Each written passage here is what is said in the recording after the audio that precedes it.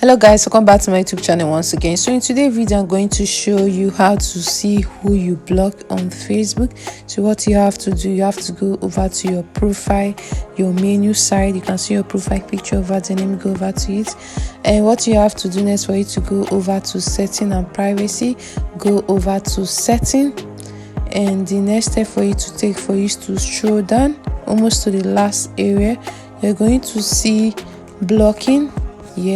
You go over to audience and visibility, and over audience and visibility you're going to see blocking. Let me go over to it, and you're going to see people who you block on Facebook.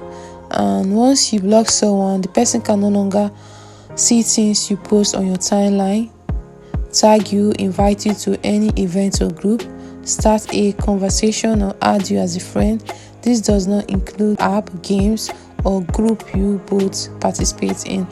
So as you can see here, I've not blocked anyone.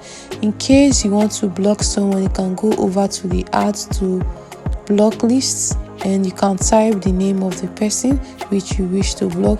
And also over here too, you can also unblock other people. So this is the end of this video. I hope I'll be able to show you to see the number of people who you've blocked on your Facebook.